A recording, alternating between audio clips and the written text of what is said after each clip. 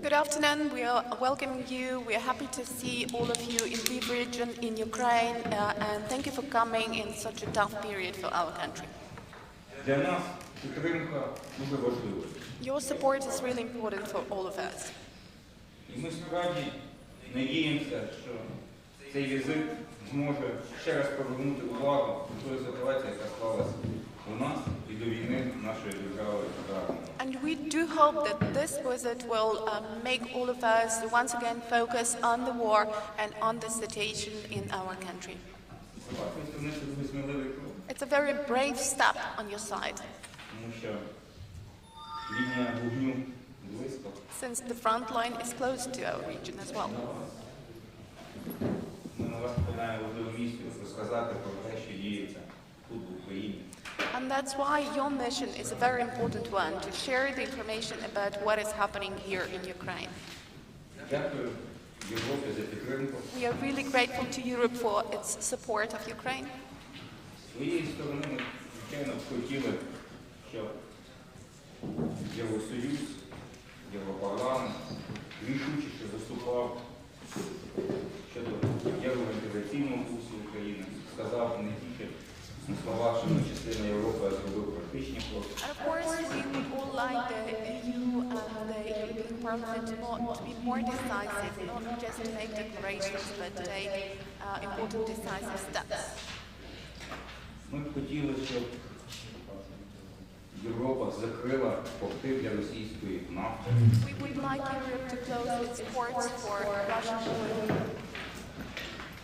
Ми хотіли, щоб Європа відмовилася від російського газу. We would like Europe to reject Russian gas.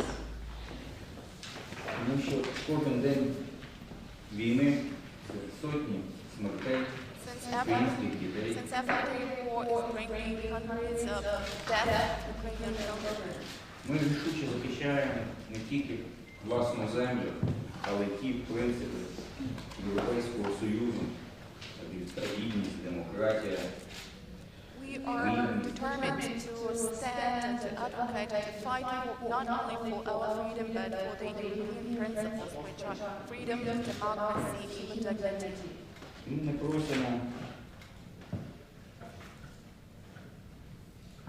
нічого іншого, крім можливості себе захистити, тому просимо зброю. We are asking for nothing else than the possibility to defend and protect ourselves. That's why we are asking weapons. Українці готові самі боронити свою землю. Дайте нам чим це робити. Ukrainians are really ready to fight for their own country. Just we need their weapons to do this. Українці просять закрити небо. Ukrainians are urging you to have a no-fly zone.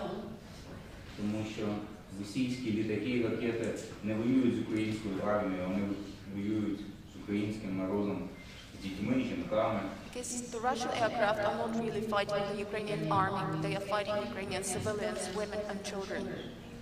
Ми просимо об'єднаної позиції Європи в захисті українських жінок і дітей. We are urging Europe to take a united stand in the protection of Ukrainian civilians, women and children in particular. Така зустріч ще одна можливість звернутися до вас, щоб ви донесли цю позицію Європі. And this meeting is just one more occasion to urge you to convey this message to the whole of Europe. Крім того, у нас є, звичайно, багато дрібних питань. Of course, besides that, we do have a lot of minor issues to discuss. З однієї сторони це дрібні питання, з іншої сторони це питання, які рятують наших солдатів на фронті. But on the one hand, these are minor issues, but on the other hand, these are the things that could save the lives of our soldiers in the front line. Для когось це 10 тисяч жилетів, мільйон доларів, для когось це 10 тисяч рятованих життів. For somebody, this is just 10 million bulletproof vests or $10 million dollars, but for somebody it is 10 million saved lives. Для когось це кілька тисяч красок, а для когось це тисячі врятованих життів. And again, for somebody it is several thousand helmets, while for somebody it is thousands saved lives.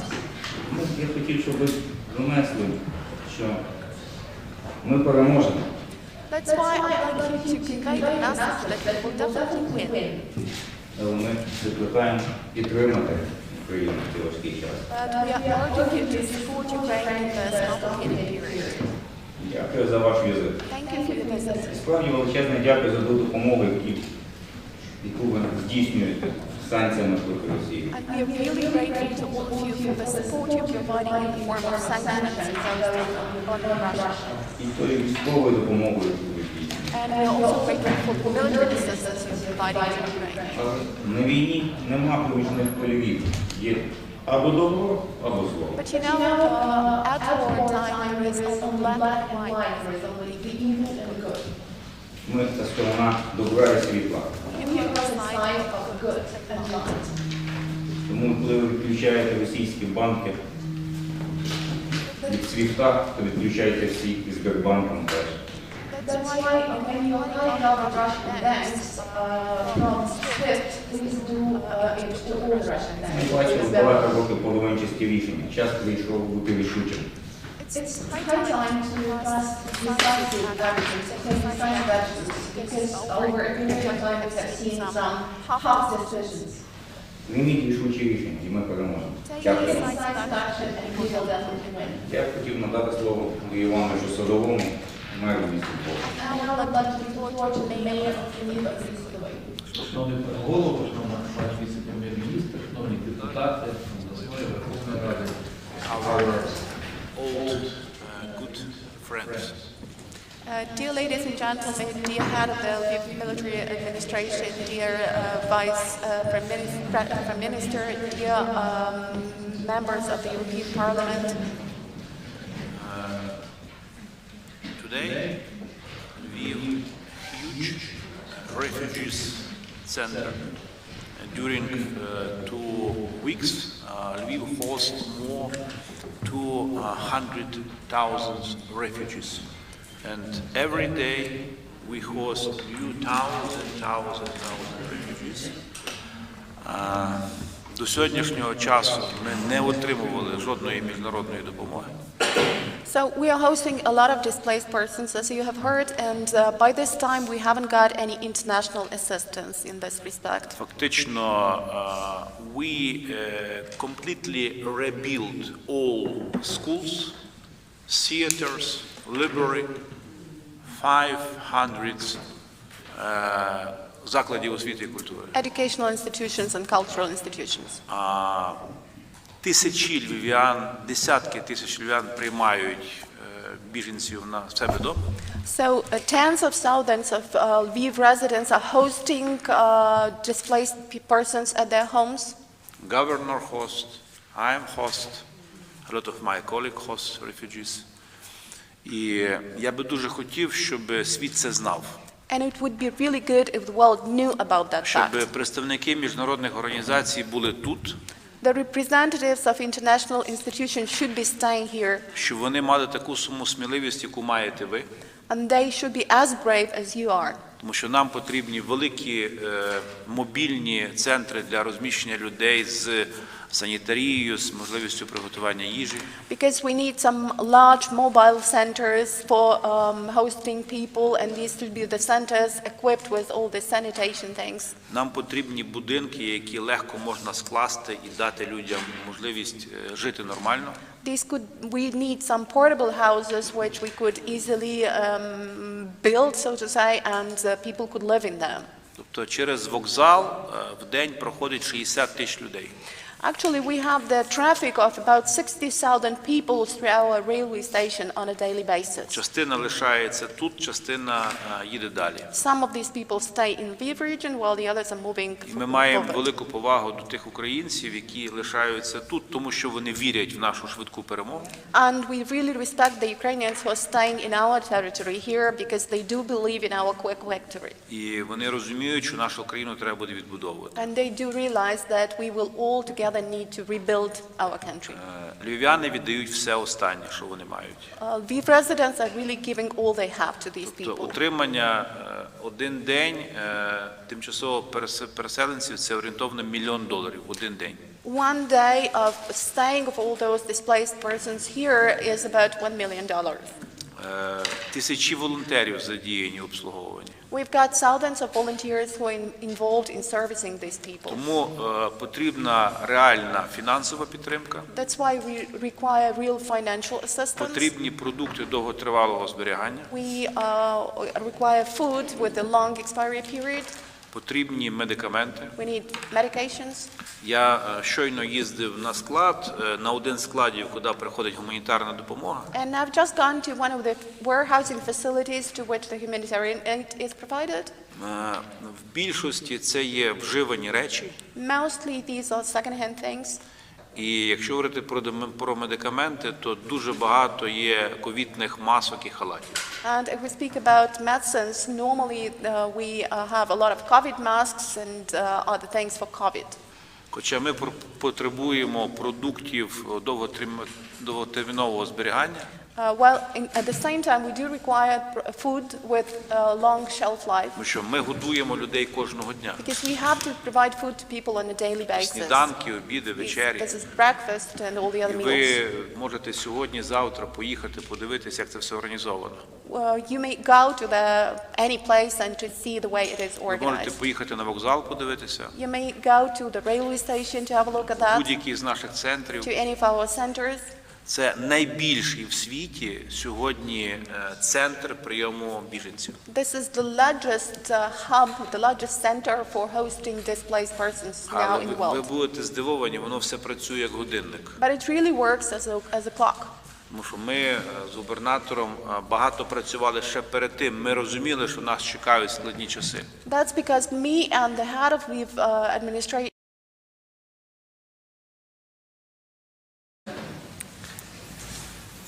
We really didn't know how many friends of Ukraine are worldwide. Насправді до цієї війни ми навіть не знали, скільки Україна має друзів за кордоном. Unfortunately, on the brink of this unbelievable, inhuman Russian aggression against Ukraine, we had to realize this. І, на жаль, нам це довелося усвідомити лише в умовах такої нелюдської, жахливої агресії Росії проти України. Putin made a war crime he will pay in person, and Russia will pay a very high price. Путін скоїв воєнний злочин. Він за це заплатить особисто, і за це Росії також доведеться заплатити дуже високу ціну. And we have to do everything possible to end this war in a way we all expect. І ми повинні всі разом зробити все можливе для того, щоб ця війна завершилася саме так, як ми собі це уявляємо. There are two ways. І є два сценарії, два шляхи. Either we have a collective victory or a collective failure. І ці два шляхи або колективна перемога, або колективна поразка. And the later is not our option. І другий варіант, звичайно, нам не підходить. Because it's a war against Europe, we do realize this very clearly. Оскільки ми всі розуміємо, що це справжня війна проти Європи. But we still are a bit late and doing too little.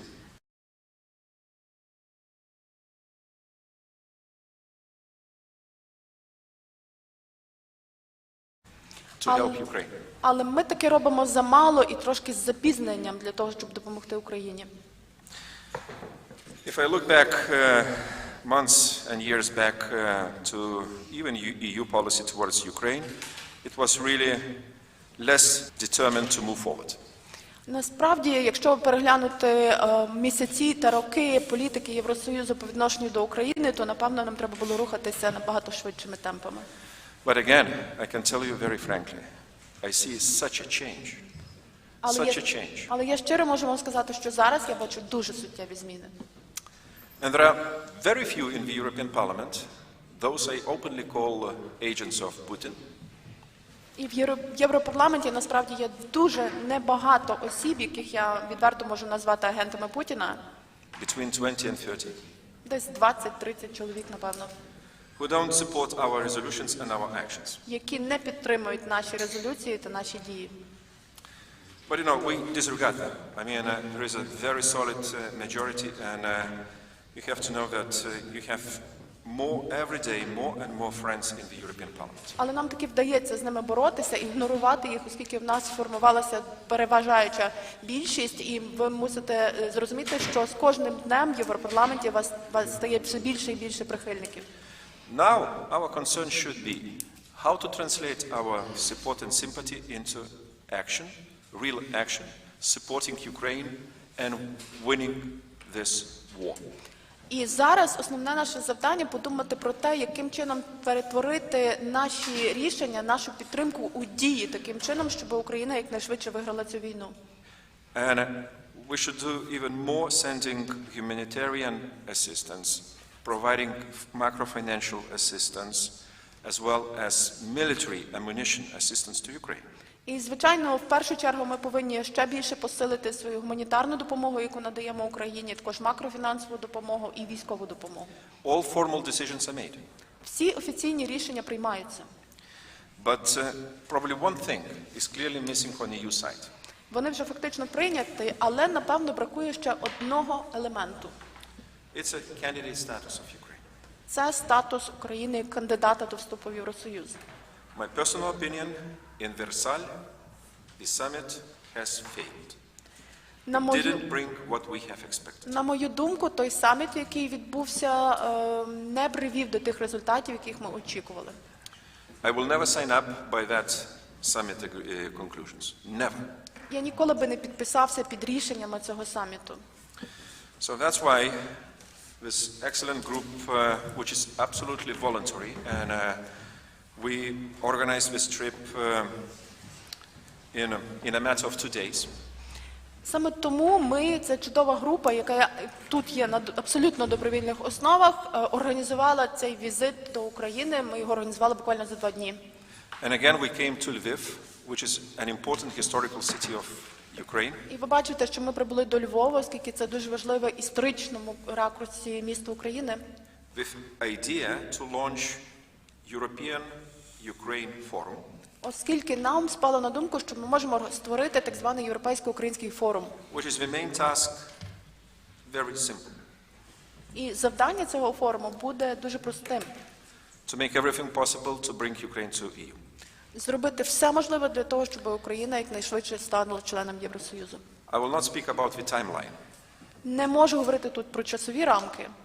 But we all need a lot of lobbying efforts, support, common reforms and more understanding, and of course, post-war Ukraine's reconstruction.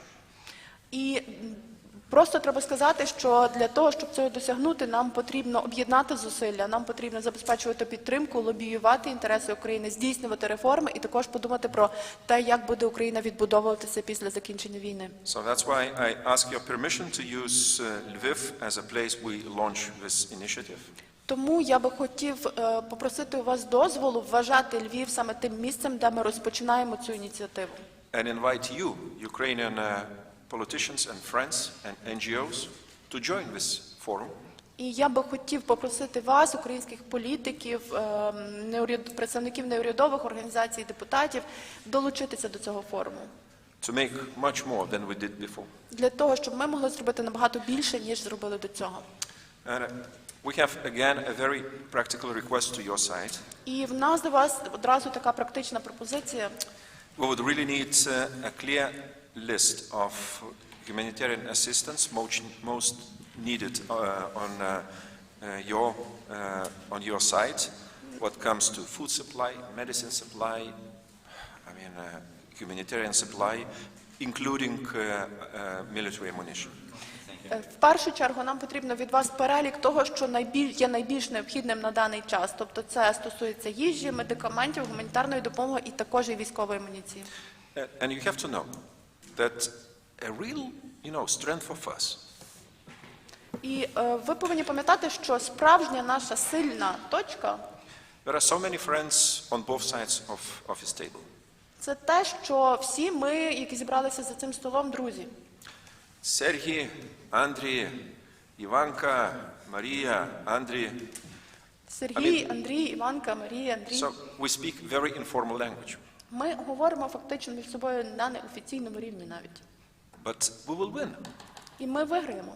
because it will be our collective victory. Ми переможемо, тому що це буде наша спільна перемога. Слава Україні!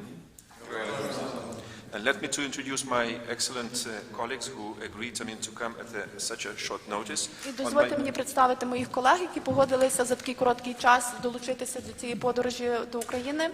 And who will be absolutely ready to convey message on themselves.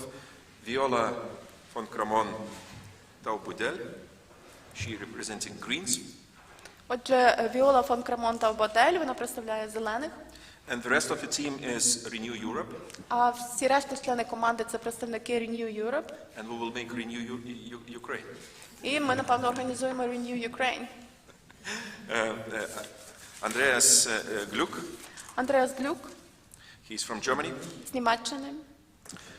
Michal Šimečka, Міхал Шемечко. Slovakia. He's Словаччини. Deputy Speaker of European Parliament. Він заступник речника Європарламенту, голови I'm sure Європарламенту. future president of Slovakia. Я впевнений, що він майбутній президент Словаччини. Then I have Luis Garicano from Spain. Луїс Гарікан, який представляє Іспанію. And we have Dragoș Tudorake from Romania. І Драгош Тодораки з Румунії. So I think if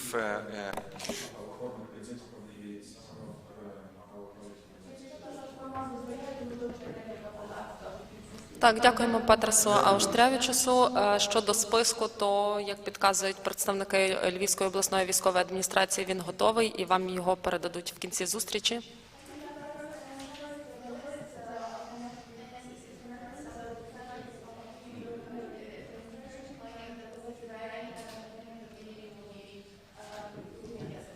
Дякую вам за представлення ваших колег і запрошуємо до слова пані Віолу. And Viola, the floor is yours. Thank you so much for receiving us today. I cannot tell you how much pain I felt during the last 14-15 days. I suffer as much as you suffer, maybe less physically, but the same mental, psychological pressure you feel. So let me tell you, we are friends of Ukraine, and even we do not deliver enough, but we really try to push our people in power to make everything possible that Ukraine wins this war. Отже, я в першу чергу хочу вам подякувати за те, що ви сьогодні з нами зустрілися, і я навіть не можу сказати вам на словах, описати, який біль я відчувала упродовж цих 14-15 днів війни. Можете мені повірити, що я, можливо, страждаю так само, як ви, не на фізичному рівні, але на психологічному рівні я страждаю настільки ж сильно. Ми ваші друзі, і, можливо, ми робимо недостатньо, однак ми намагаємося справді докласти максимум зусиль для того, щоб максимально наблизити перемогу і допомогти народу України. Petras has described the situation in the European Parliament, and there is an overwhelming majority, and this always has been. And now we have to work on the capital levels. We have to see that we get the council and the majority of the people in our countries on board, that they understand what is on stake. Because still many feel with you, but they do not understand that Ukraine must survive, because you are defending Europe, you are also defending the European Union, and this has not arrived in everyone's head. Отже, Петрас уже коротко описав ситуацію в Європарламенті. Ви, мабуть, зрозуміли, що там уже давно є переважаюча більшість, яка може приймати рішення на користь України. Однак зараз ми маємо з цією більшістю працювати, як і працювати з іншими людьми. Зокрема, ми повинні донести до наших представників на рівні наших столиць, на рівні наших рад, що Україна справді бореться за європейські цінності і відстоює Європу. Тому що вони бояться, але вони не зовсім розуміють, що стоїть на кону. Тобто ми повинні донести до них інформацію про те, що Україна справді стоїть за Європу, тому Україна мусить вижити. Still, for many of us, the war is far away. So we are very post-heroic society, and we cannot really, not we as European parliamentarians, but many in our society cannot really understand why this patriotism is now necessary for the society as such to mobilize all the forces you need. And we are so privileged to be a post-heroic society, but you are the real heroes. You are still in the face of a war where we need these heroes to survive and to stabilize this country. Отже, дуже багато людей мають страх, мають побоювання, але вони ще не розуміють про те, що зараз є необхідним певний патріотизм. Адже війна від нас все-таки далеко, зізнаємося щиро. І не всі розуміють, що ми повинні зараз мобілізувати абсолютно всі зусилля для того, щоб допомогти вам, які борються, вам, героям, які перебувають на тій стадії, коли вони мусять вижити, для того, щоб завершити цю війну і не допустити війни для Європи. And therefore, I will convey every message which is necessary. I mean, we are in constant exchange with many of you around the table here. We will definitely continue, and I hope at one point we will come to a free, independent, sovereign Ukraine in the old, let's say, territorial borders. This is what we strive for, and if we can get some more information what is necessary on the humanitarian military side, we are more than happy to take them home. Тому я готова передавати абсолютно будь-яке повідомлення, будь-який меседж європейській аудиторії. Ми спілкуємося з багатьма представниками, які зараз зібралися за цим круглим столом. І я сподіваюся, що спільними зусиллями ми таки досягнемо того, що Україна стане вільною, незалежною, суверенною Україною, і ми зустрінемося в Україні, яка буде країною з її колишніми територіальними кордонами. І, звичайно, мене також цікавить подальша інформація щодо того, що саме зараз необхідно Україні. Дякуємо, пані Віоло, і попросимо до слова пана Міхала Шемечка, депутата Європарламенту. The floor goes to Michal Šimečka, the member of the European Parliament. Дякую.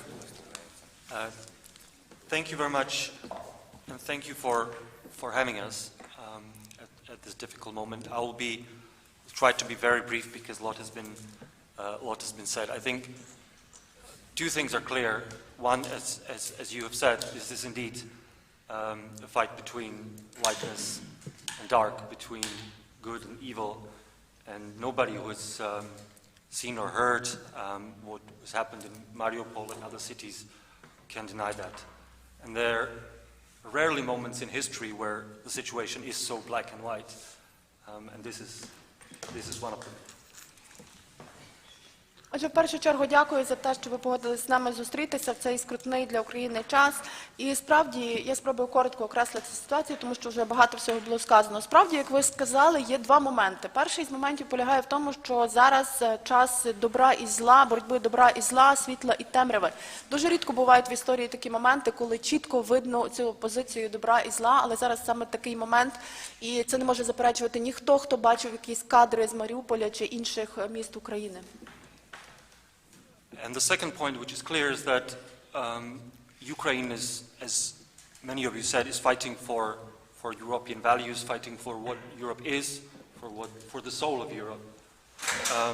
And a huge number of people, thousands of people protesting in European streets, almost every member of the European Parliament, almost every government, the global community realizes that.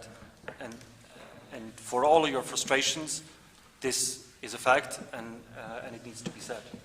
І другий момент, який теж чітко проявляється, полягає в тому, що справді ви боретеся за європейські цінності. По-перше, це видно з того, що тисячі людей виходять на протести у різних країнах Європи та світу. Це дуже чітко усвідомлює, напевно, уряд кожної країни, депутати Європарламенту, депутати кожної країни. Це факт. And I can understand, and I do understand the frustration with Europe or with the West, that there should be more weapons, there should be more sanctions. We, as the European Union, should stop financing Putin's war machine through gas and oil. There should be more help. That's absolutely the case. І ми також абсолютно чітко усвідомлюємо, що потрібно більше санкцій, потрібно з допомогою фінансових та економічних санкцій зупинити воєнну машину Путіна, потрібно постачати більше зброї. And yes, and Ukraine should receive status of a candidate country as soon as possible. Not just because it is ready, it was ready, but because I can think of no other European society or no other European nation that has fought so bravely for European values, for its European future, and sacrificed so much for its European future than Ukraine. І також ми виступаємо за те, щоб Україна якомога швидше стала кандидатом до вступу в Євросоюз, тому що немає жодної європейської нації, яка б настільки чітко показала, як вона бореться за європейські цінності і за своє європейське майбутнє. And we in the European Parliament, in my country, Slovakia, will continue to advocate and to fight for Ukraine to get candidate status, as we are here, parliamentarians. And my sense is that at some point everybody will see not only that Ukraine deserves that, but that it's important to be on the side of the light in this war. Thank you very much. Я можу сказати, що і моя країна Словаччина, і ми, як депутати Європарламенту, будемо однозначно продовжувати відстоювати інтереси України. І ми сподіваємося, що одного дня це спрацює, тому що всі зрозуміють, по-перше, що Україна заслуговує на те, щоб стати кандидатом до Євросоюзу. І крім того, зрозуміють, що потрібно в якийсь момент визначитися і чітко стати на сторону світла і добра. Дякуємо панові Шемечкові, дякую вам за ваше слово. Як я вже зазначала, вся Україна, кожен громадянин зараз працює 24/7. Це стосується не лише військових, а кожного громадянина України. Так само, як і державного сектору, і на Львівщині це робить і Львівська обласна військова адміністрація, і Львівська міська рада, і Львівська обласна рада. Тому я запрошую до слова заступника керівника Львівської обласної ради Юрія Холода. Everybody in Ukraine is working around the clock, and this includes both the state bodies and the military men and the civilians. That's why in Lviv we have three bodies that are performing this function. This is the military administration, that is the city council, and the regional council. That's why I'm inviting the head of the Lviv Regional Council, deputy head of Lviv Regional Council, Mr. Yuri Holod. Шановний пане голово, шановний пане мере, депутати Верховної Ради, депутати обласної ради, друзі. So dear Mr. Mayor, dear Mr. Governor, dear MPs, dear deputies, dear friends. Радий вас вітати в країні, де відбувається війна. I'm happy to welcome you in the country where we're having a war. З маленькою іронією, тому що сьогодні це справді ви сміливці, які готові сюди приїхати. That statement is a little bit cynical because you have really been so brave to come to the country with war. Але можу точно сказати, мене щиро і приємно здивувало, що мій номер телефону сьогодні знають представники, які живуть на території Німеччини, Литви, Латвії, Естонії, Ірландії, Чехії, Польщі. Сьогодні мій телефон розривається від дзвінків від представників, які живуть у ваших країнах і ваших колег. But I must assure you that I was happy to find it out that my phone number is known to the representatives who live in your countries, be it in Germany, Lithuania, Estonia, Poland, the Czech Republic, any other country, because today I got a number of phones from these people.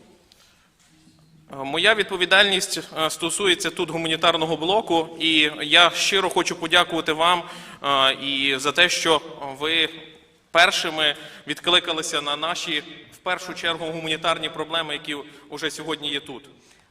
I'm in charge of the humanitarian block, and I'm really grateful to all of you for being the first to respond to the humanitarian needs we do have now. Ви згадували про потреби. Якщо поділитеся контактним телефоном, то я вам месенджером вже їх відправлю. You have mentioned the needs, the list of needs. So if you share your phone number, I can send this list to you already now. В першу чергу буду просити вас про те, що і хочу наголосити, що Львівщина стала гуманітарним хабом для всієї України. First of all, Lviv region has become the humanitarian hub for the whole of Ukraine. Тому основним блоком, про який будемо прохати, є продукти харчування і непродовольчі товари, які стосуються гігієни. That's why we would majorly ask you for foodstuffs and for some non-food goods, which are hygiene products. Детальніше про це буде в переліку. And the list will contain more detailed information. Так, щоб бути коротко, другим блоком, за яким я відповідаю, є також розселення людей, які переміщені з інших територій. The second block, which I'm in charge of, is accommodation of the people who have been displaced from other territories. І тут у мене буде теж прохання допомогти з тим, щоб ми могли тут розбудувати містечка для того, щоб поселити усіх цих людей, так як сьогодні вже кількість місць для поселення є обмеженою. And since the number of accommodation places which we have now is limited, I have a great request on you to help us with those portable houses where we could accommodate more displaced persons. Велика потреба є також у матрацах, каріматах і інших речах, які необхідні для того, щоб люди могли перебувати тут на постійній чи непостійній основі. And we are also in need of different sleeping mats and sleeping pads because people need to be staying not on a permanent basis somewhere. І так, щоб завершувати, ви питались про те, які меседжі вам передати до ваших колег в Європі. And to conclude, you remember you asked about the messages which you should convey to your European colleagues. То основний меседж можу сказати такий: поки наші хлопці там і дівчата воюють, наші колеги в Європі можуть спати спокійно. And the key message is that while our boys and girls are fighting in the front line, our colleagues in Europe may have a sound sleep. Дякуємо, Юрію. Наступна людина, яку я представлю, для вас особливого представлення не потребує, бо це Іванна Климпуш-Цинцадзе, народна депутатка України, і те, що роблять зараз наші дипломати на дипломатичному фронті, заслуговує окремої уваги.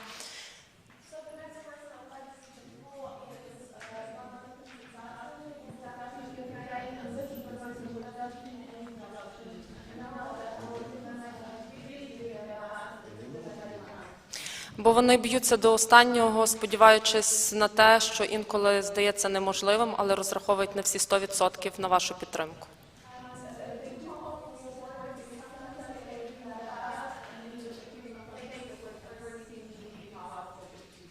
Іванна Климпуш-Цинцадзе, народна депутатка України.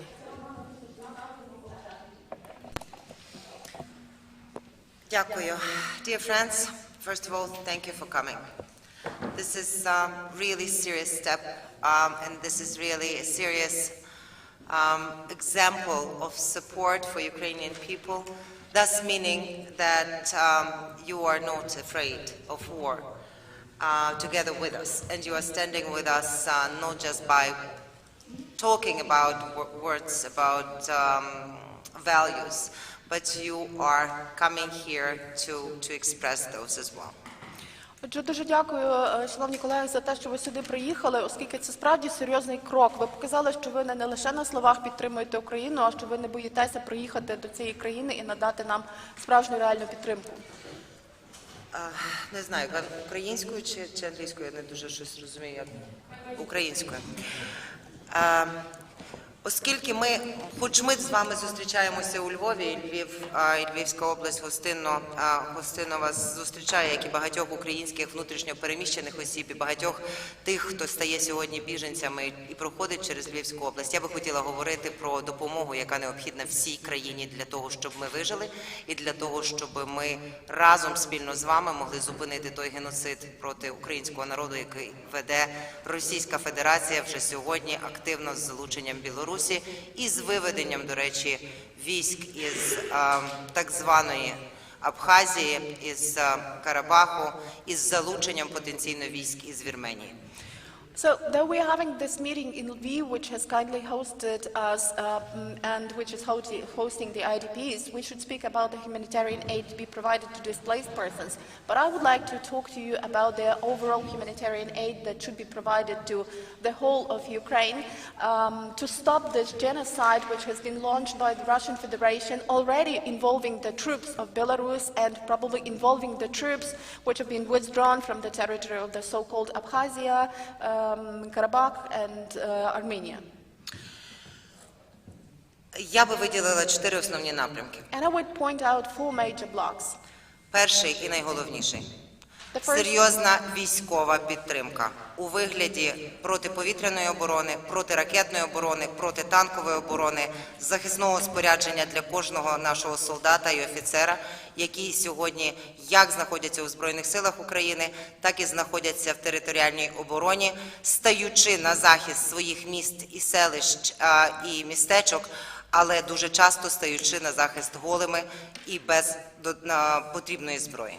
And first of all, I should speak about the block of military support, which is the major one.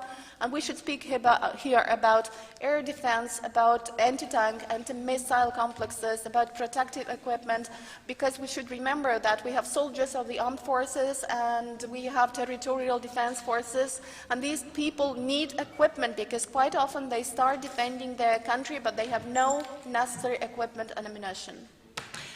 І мені прикро спостерігати за тим, що відбувається у відповідь на наше волання про надання військових літаків. Я вважаю, що в нас є можливості, хочете гібридні можливості, як передати Україні максимальну кількість літаків. Якщо не може ні Європа, ні НАТО, ні трансатлантична спільнота закрити небо над нами, ми можемо закрити його самі. Дайте нам чим. And I'm really sorry to see the response to our request about provision of Ukraine with a military aircraft. I think that there are a lot of hybrid ways to close the sky about Ukraine. And if Europe cannot do this and NATO cannot do this on their own, we can do this, but if we have the necessary weapons. Путін і його кліка не соромляться сьогодні того, щоб погрожувати нам тактичними ядерними ударами, біологічною зброєю і фактично хімічною зброєю. І це те, до чого ми маємо бути готові, але це те, що ми разом з вашою підтримкою можемо зупинити. Не треба допускати того, щоб Україна перетворилася на нове Алеппо, тільки в Європі. And Putin is already threatening us with tactic nuclear weapons, with biological and chemical weapons, and we should altogether stop this. We are ready for this, but we should stop him from Ukraine becoming new Aleppo. Це було перше. Друге – це санкції. This is the first block. Колеги вже говорили про те, що тільки 15% банківської системи Російської Федерації відключені від СВІФТу. Це неприпустимо. And the second block is sanctions, and my colleagues have already mentioned that only 15% of the Russian financial system has been cut off SWIFT. Потрібно відключити російські банки, включно зі Сбербанком, з Газпромом, від цієї фінансової системи. Включіть Росію в чорний список ФАТФ, як Північну Корею. So all the banks of Russia, including Sberbank, including Gazprom, should be cut off from SWIFT. Please put Russia on the blacklist like you did it with North Korea, I mean the FATF blacklist. Закрийте всі візи росіянам, які сьогодні насолоджуються життям у Європі, починаючи від родин олігархів, починаючи від родин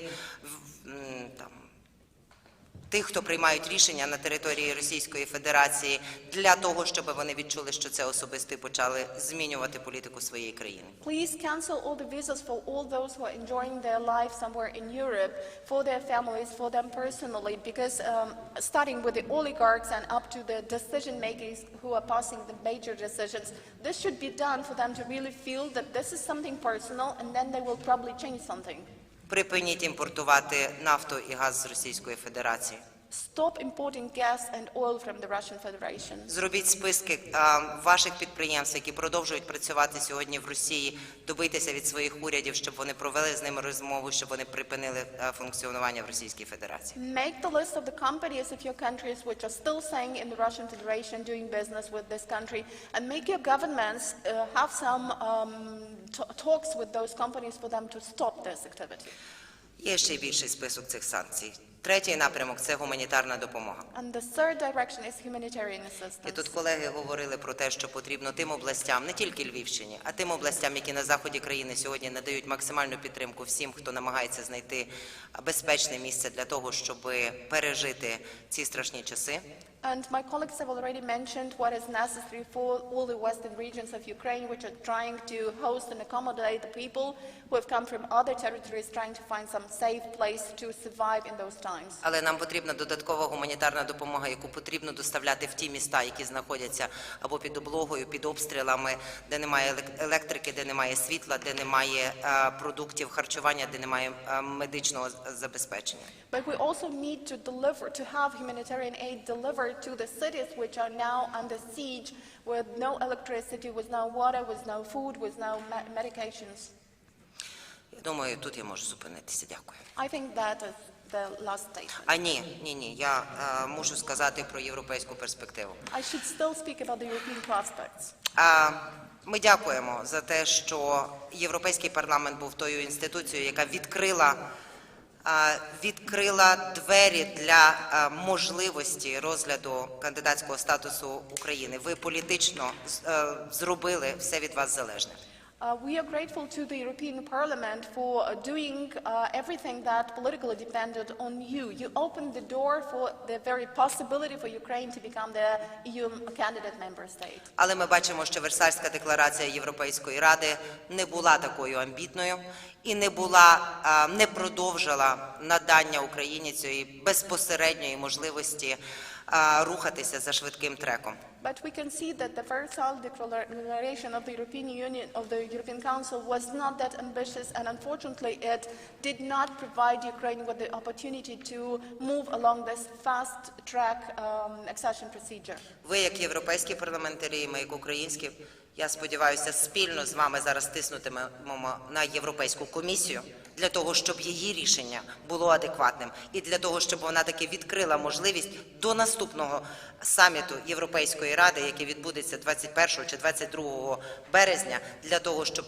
це рішення для України було позитивним і відповідно до 49 статті Європейського договору Україні було надано статус країни-кандидата. Це потім потребуватиме величезної роботи для того, щоб ми були готові реально вступити. Ми це все прекрасно розуміємо, але таким чином ви підтримаєте українських людей і ви підтримаєте український народ, який кров'ю платить за цінності, а не на папері пише декларації про цінності. Дякую. And I guess that we as Ukrainian parliamentarians and you as members of the European Parliament will do joint work, and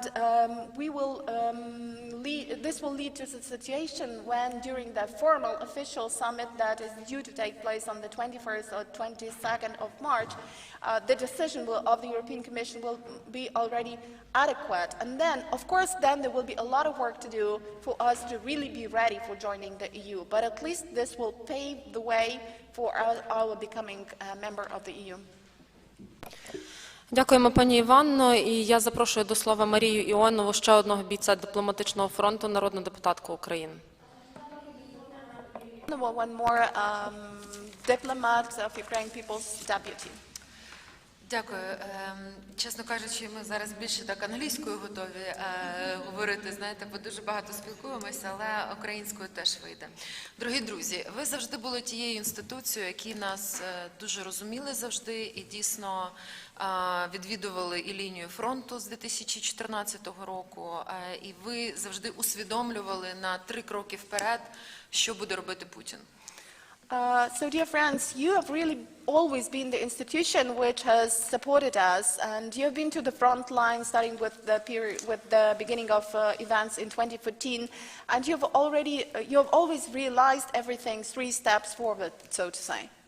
Але дійсно ми потребуємо вашої допомоги тиснути уряди і парламенти країн Європейського Союзу, країн НАТО для того, щоб ми досягли спільної перемоги.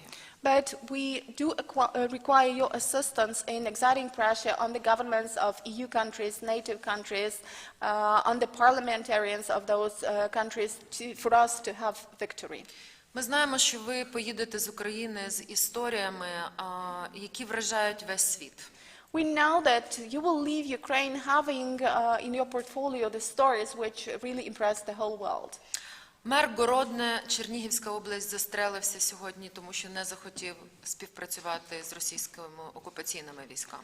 So today the mayor of Horodno in Chernihiv region shot himself because he didn't want to collaborate with the occupants. Ви знаєте, що мер Маріуполя зараз в блокаді 11-й день.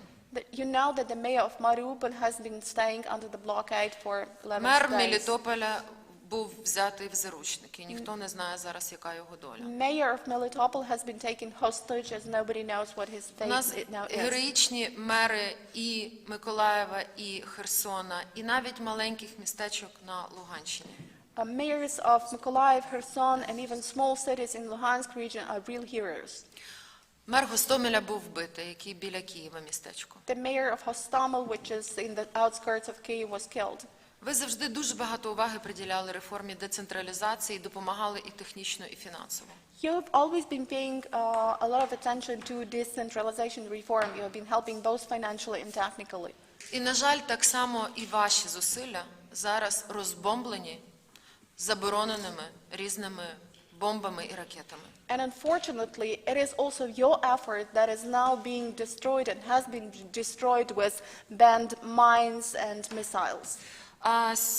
Вчора чи сьогодні, ми вже, вибачте, заплутались в датах, був розбомблений будинок для психонологічний диспансер, де 330 людей мають ментальні проблеми, і 30 з них лежачі, не рухаються. Yesterday or today, we already get confused about the dates. There was an attack, a shelling of the neurological hospital with 330 people, and 30 people are in wheelchairs. They don't move. Тобто колеги праві, що вони борються, Путін бореться з українською нацією, з українським населенням, щоб просто нас прибрати з мапи світу. That's why my colleagues have been right in saying that Putin is really fighting the Ukrainian nation, and he's just trying to remove Ukraine and Ukrainian nation from the map of the world. І тому ми просимо no-fly zone. That's why we are urging you to introduce a Тому ми no-fly просимо zone. літаки. That's why we are urging you to provide aircraft to us. Літаки, щоб захистити інфраструктуру і забезпечити зелені коридори. We need this to provide to protect our infrastructure and to ensure green corridors. Якщо б ми були захищені з неба, повірте, росіяни би не мали іншого шляху, як відкрити гуманітарні коридори. You know, if we were really protected in the air, there would be no other way for Russians than to open up humanitarian corridors. Ви знаєте, що дуже багато, Петрас, і ваш парламент прийняв резолюцію про no-fly zone. I know that a lot of parliaments, in particular your parliament, Petras, have made the resolution about no-fly zone Це introduction. політичне рішення, але let's do flash mob. Of course, it's a political decision, but let's do flash mob. Тобто змінювати так само думку в ваших країнах. You need to change the opinions of opinion leaders in your countries. І знаєте, коли діти Путіна сидять в Швейцарії або десь в Нідерландах, або ще десь, ну, розумієте, це просто виглядає як знущання над українською нацією, коли діти Путіна п'ють каву і їдять круасани. And you know, when Putin's children are staying somewhere in Switzerland or the Netherlands drinking coffee and eating croissants, that looks as an abuse and an offense to the Ukrainian nation. Тому час – це життя. Життя українців. Time is life. This is the life of Ukrainians. І ми знаємо, що ви сміливі. І ми просимо вашу любов розподілити на інші країни і уряди. Але як можна скоріше. And we know that you are brave. That's why we are urging you to share your love for us and your support with other parliaments and other countries, but please try to do this as quickly as possible. Ми так само розуміємо, що деякі країни Європейського Союзу мають вибори. We also know that some countries of the EU member states of the EU have impending election. Але якщо Україна програє, виборів у Франції і у інших країнах Європейського Союзу не буде. But if Ukraine loses, there will be no election in France or other EU member states. Ми вас запрошуємо на марш миру, який може бути в Києві, так само лідерів ваших країн. І мені здається, що так само ми світу покажемо, що ми всі united, і ми всі разом поборемо диктатора і міжнародного терориста. We are inviting you and people from your countries to the March of Peace, which we'll have in Kyiv. And in this way, through this march, we will show everybody that together we will win and together we will fight the aggressor. Як тільки ми отримаємо погодження когось з лідерів країн НАТО або ЄС, leadership, we need leadership, of course. When we will get permission of any leader of EU or NATO or G7 countries.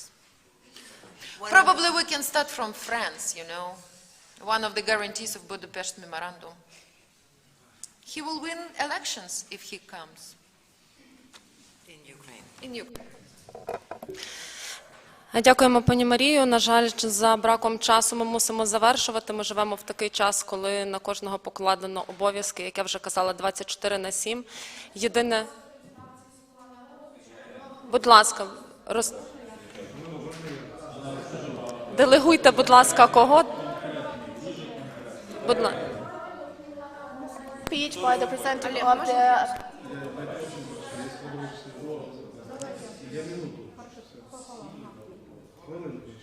Будь ласка. Тарасов Олег, фракція політичної партії «Слуга народу», депутат. Я від аграрного комітету. Дуже вдячний вам за ту підтримку, яку ви робите зараз для України.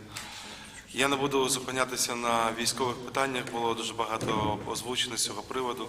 Хочу сказати про продовольчу безпеку в Україні, яка не менш є важливою. Ви перекладаєте? So I'm the representative of the People's Servant faction, and I represent the Agrarian Committee. So I'm really grateful to you for all your support, but I would not like to speak about the military components, since a lot has been said about that. But let me speak about the food security, which is also really important.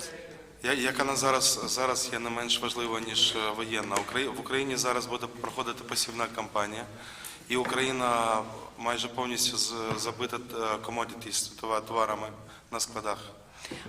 So food security is now no less important than military security. And you know that spring season is coming, and Ukraine will have to start its agricultural season. And we have a lot of commodities in warehousing facilities now. Наші північні ринки збуту, порти, вони є заблоковані із-за логістичних проблем. We have some logistic problems with our northern ports and sales markets. Тому в мене велике прохання, як від всієї України, як від аграрного комітету, забезпечте, будь ласка, ринки збуту на нашої продукції у Європу, для поповнення обігових коштів в Україні, для проведення посівної кампанії. So our great request, both from me as the representative of the Agrarian Committee and from the whole of Ukraine, is please arrange the sales market for us, for our commodities. We need to sell the commodities in order to get floating assets and to ensure our farming. It's very important, або для кінцевого споживання, або для транзиту. This is important both in terms of transit and of final consumption. Також я прошу повпливати на таку організацію, як ФАО, яка зараз повністю не робить ніяких заяв, хоча розуміє, що є дуже велика проблема в світі. Вона буде із-за проблеми посівної в Україні. And please, I would urge you to somehow influence the FAO organization, because it knows that there will be a major problem with this, but it's not doing anything. It's not making any declarations or statements, but otherwise we are going to have a problem with the farming in Ukraine this spring. FAO. FAO, Food Agrarian Organization. Яку саме допомогу ви хочете? What exactly, what would you need? Заяви FAO, вона повністю мовчить. It just keeps silent. This organization. But what would you Але need? яку саме допомогу ви What хочете? would you need? Щоб вони на весь світ сказали про проблему в Україні, що немає збуту продукції, що треба проводити посівну, що Україна, що 40% ВВП України – це аграрний сектор, що дуже багато країн залежать від продукції сільськогосподарської України. They need to make some declarations and to shout to the whole world that we will have a major problem.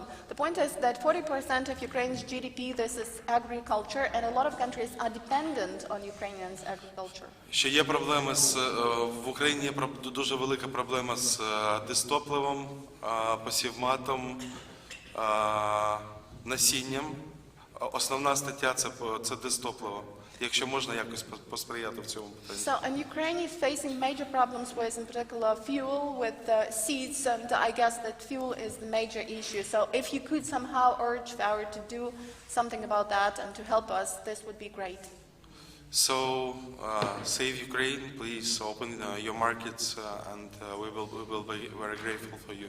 Thank you so much. Дякуємо пану Олегу Тарасову, представнику Верховної Ради України. У нас залишилось буквально 2 хвилини, тому, будь ласка. дня. Ольга Совгиря, народний депутат України, представниця Верховної Ради України в Конституційному суді. Друзі, з юридичної точки зору в Україні екоцид.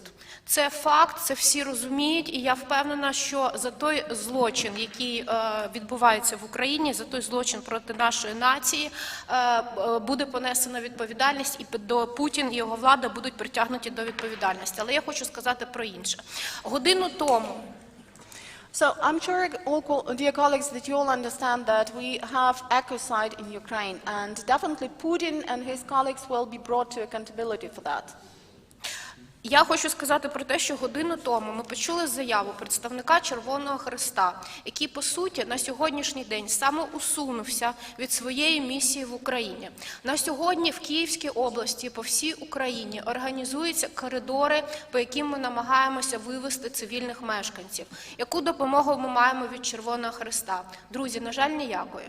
Червоний Хрест покинув Україну, хоча їх мета в Україні – це безпека. І як тільки склалася якась елементарна небезпека для працівників Червоного Хреста, вони, вибачте, втекли з Києва.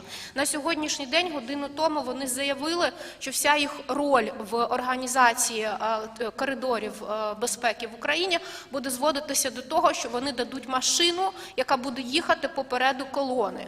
А все інше вони покладають на сторони, які домовляються між собою. But I would like to draw your attention to another problem. The point is that an hour ago we heard a statement from the representative of the International Red Cross Committee, and this was a statement about the role of the Red Cross in Ukraine. The point is that the aim of this organization in Ukraine actually is to ensure safety and security. But what we see no help coming from the Committee of the Red Cross. And an hour ago the statement was made that the only role which they see in Ukraine is to provide a vehicle that would be moving ahead of the column with the buses evacuating people and providing humanitarian aid. That is the only thing they can do, and all the other things have to be secured by the parties, by the sides to the negotiations. Тому, будь ласка, ми просимо розбудіть Червоний Хрест і доносіть до них їх місію, яку вони повинні виконувати. So we are urging you very much to convey this message to the Red Cross and to make them awake and to make them understand what mission they should perform. По-друге, ми просимо вжити всіх можливих заходів щодо блокування морських портів для будь-яких суден Російської Федерації. And also we are urging you to take all possible steps to block the seaports for any ships of the Russian Federation. І по-третє, як науковець, як професор з конституційного права, я прошу вас вжити заходів для того, щоб допомогти нам зберегти наш студентський науковий потенціал. І щоб в ваших державах, за прикладом Польщі, були вжиті заходи до максимальної підтримки наших студентів, наших науковців, наших викладачів, тому що ми повинні перемогти і відбудувати Україну. Для цього нам потрібен інтелектуальний потенціал. And as a researcher and as a professor of constitutional law, I'm very much urging you to support our country, to support its students, professors, researchers, scientists, teachers, because if you follow the example of Poland, you will see that they are doing this. We really need, in order to rebuild our country after the war, we really need some academic, scientific and research potential. Дякуємо, пані Ольго. На жаль, час і обставини працюють проти нас. Ми дуже сподіваємося, що за інших умов ми зможемо приділити вам більше часу. За останні 2 тижні в Україні загинула 71 дитина. Це станом лише на вчора. Тисячі дітей залишилися без батьків, в них немає мамів, татів. Більшість дітей, які змушені щодня спускатися в підземелля і питатися своїх батьків, чому батьки з інших країн не можуть допомогти їм захистити їх.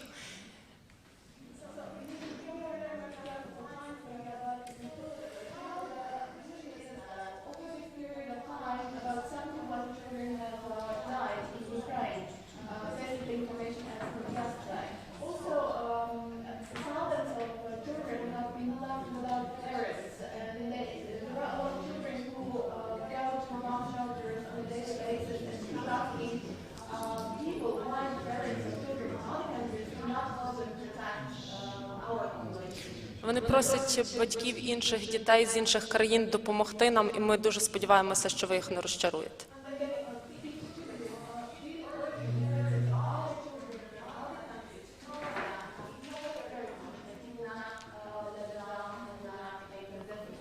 Дякую вам дуже за вашу підтримку і сподіваємося, що ми зустрінемося тут за інших умов.